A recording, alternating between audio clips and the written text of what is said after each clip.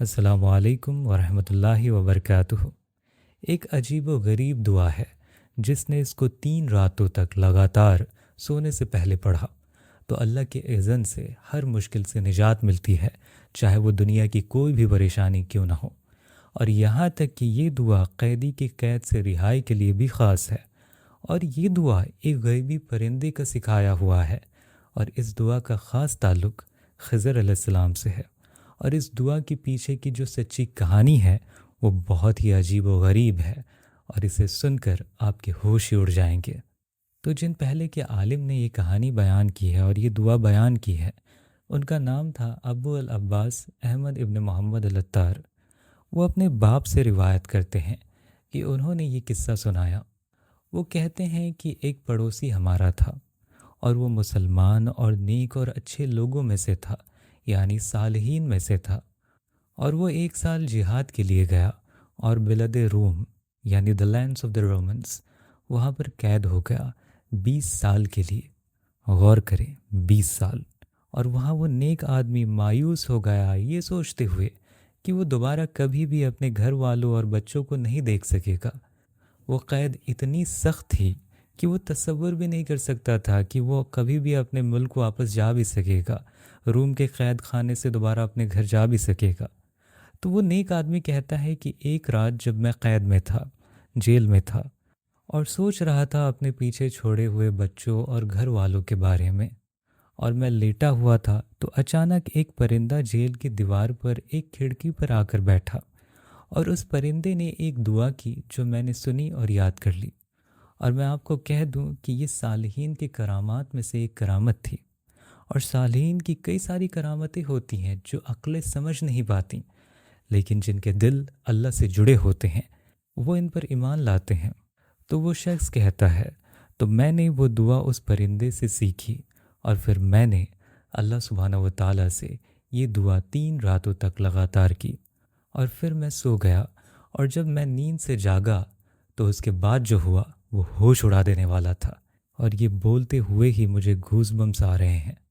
وہ کہتا ہے کہ میں اپنے نیند سے نہیں جاگا، مگر یہ کہ میں اپنے ملک میں تھا، اپنے گھر کے چھت پر تھا۔ اللہ اکبر۔ اور جو لوگ یہ ویڈیو دیکھ رہے ہیں اور آنے والے وقت میں دیکھیں گے، کچھ لوگ شاید اپنے سر پر ہاتھ رکھ لیں اور رکھ کر کہیں، کیا کہہ رہے ہو بھائی صاحب؟ کیا ہے یہ؟ فلموں کی باتیں کر رہے ہو؟ جناب، خیالوں سے باہر نکلو اور ریالٹی میں آؤ۔ ریالٹی میں ایسا کچھ نہیں ہوتا۔ پر میں بڑے ہی سخت الفاظوں میں کہہ رہا ہوں، یہ فلموں کی باتیں نہیں ہیں، یہ کرامات ہیں۔ اور اس سے پہلے کہ میں اس کہانی کو کنٹینیو کروں اور اس دعا کی طرف آؤں، میں آپ کو ایک اور چیز بتانا چاہوں گا۔ جیسے کہ آپ عرش بلقیس کی کہانی جانتے ہیں، جب حضرت سلیمان علیہ السلام نے طلب کیا کہ عرش ان کے پاس آ جائے، تو ایک عفریت جنات میں سے بولا، میں تمہارے پاس وہ تخت لے آؤں گا قبل ان تقم من مقامک، پہلے اس سے کہ تم اپنی جگہ سے اٹھو۔ وَإِنِّي عَلَيْهِ لَقَوِيٌّ امین، اور میں اس پر قوی ہوں اور امین ہوں۔ لیکن اللہ ہمیں بتا رہا ہے، قال الذی عنده علم من الکتاب، جس کے پاس کتاب کا علم تھا۔ اور حدیث میں آتا ہے کہ اس کا نام آصف ابن برقیہ تھا، اور وہ اسم اعظم جانتا تھا، اور اس نے حضرت سلیمان علیہ السلام سے کہا، میں وہ تخت تمہارے پاس لے آؤں گا قبل ان یرتد الیک طرفک، پہلے اس سے کہ تمہاری نظریں تمہارے پاس واپس آئیں، یعنی تمہاری پلک جھپکنے سے پہلے۔ تو آخرکار کیا مطلب ہے اس کا؟ یہ آدمی جو علم کتاب رکھتا تھا وہ شام کی زمین پر تھا، اور عرش بلقیس یمن کی زمین پر تھی، اور درمیان میں فاصلہ ہم جانتے ہیں کہ کتنا ہے۔ آپ اندازہ لگا کر دیکھو، ہوائی جہاز سے کتنا وقت لگتا ہے، گھوڑے سے کتنا وقت لگتا ہے، پیدل کتنا وقت لگتا ہے۔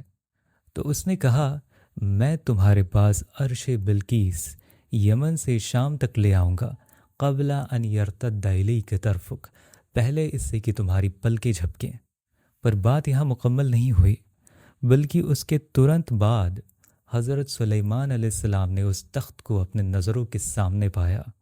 فَلَمَّا رَآهُ مُسْتَقِرًّا عِندَهُ قَالَ هَٰذَا مِن فَضْلِ رَبِّی، تو جب اس نے اسے اپنے پاس موجود دیکھا تو بول اٹھے، یہ میرے رب کے فضل سے ہے، لیبلوانی اشکر ام اکفر، تاکہ وہ مجھے آزمائے کہ میں شکر کرتا ہوں یا کفر کرتا ہوں۔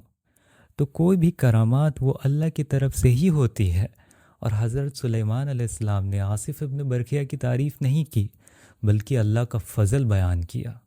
تو میں اس کہانی کو اب کنٹینیو کرنا چاہوں گا۔ تو وہ آدمی کہتا ہے کہ میں نے 3 رات یہ دعا پڑھی اور سو گیا، اور جب جاگا تو خود کو اپنے ملک میں پایا اور اپنے گھر کے چھت پر پایا۔ عجیب کرامات ہے، سبحان اللہ، عجیب کرامات ہے۔ اور ایسے کرامات کچھ صالحین کو ہی ملتے ہیں، سب صالحین کو نہیں ملتے۔ تو وہ کہتا ہے کہ پھر میں اپنے بچوں کے پاس اترا تو وہ میرے سے خوش ہوئے مگر پہلے گھبرا گئے، کیونکہ وہ کہتا ہے کہ میری حالت بدل گئی تھی، کیونکہ میں جیل میں کئی سالوں تک قید تھا، میرے بال بکھرے ہوئے تھے، میری شکل و صورت مرجھا سی گئی تھی، میرے کپڑے پھٹے ہوئے تھے۔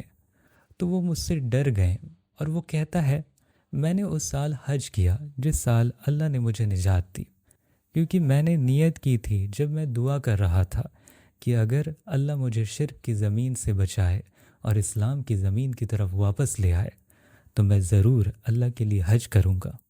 اور وہ نیک آدمی کہتا ہے جب میں طواف کر رہا تھا اور وہ دعا پڑھتا جا رہا تھا جو میں نے پرندے سے سیکھی تھی، جسے میں نے 3 راتوں تک جیل میں لگاتار پڑھا تھا اور اس کے بعد سویا تھا، جس کی وجہ سے اللہ نے مجھے نجات دے دی تھی، اس دعا کو میں طواف میں پڑھتا جا رہا تھا۔ وہ کہتا ہے کہ اچانک سے ایک بزرگ آئے اور اپنا ہاتھ میرے ہاتھ پر رکھا اور مجھے ہلایا، جیسے کہ کہہ رہے ہوں میرے پیچھے آؤ، میں تمہیں چاہتا ہوں۔ پھر وہ مقام ابراہیم علیہ السلام کی طرف گئے اور 2 رکعتیں نماز پڑھیں، جو کہ طواف کی 2 رکعتیں ہوتی ہیں، اور میں نے بھی 2 رکعتیں پڑھیں۔ اور پھر اس بزرگ آدمی نے مجھ سے پوچھا یہ دعا تمہیں کہاں سے ملی جو میں نے تمہیں طواف میں دہراتے ہوئے سنا؟ کیونکہ یہ دعا کوئی بھی نہیں جانتا سوائے ایک پرندے کے جو بلاد روم میں رہتا ہے، اور وہ ہوا میں ہی اڑتا رہتا ہے، اور وہ ہوا میں اڑتا ہوا وہاں پر لٹکا ہوا ہوتا ہے۔ تو میں نے انہیں اپنی کہانی سنائی کہ میں 20 سال سے زیادہ بلاد روم میں قید تھا، اور میں نے یہ دعا اس پرندے سے سیکھی تھی۔ تو انہوں نے مجھ سے کہا تم نے بالکل سچ کہا۔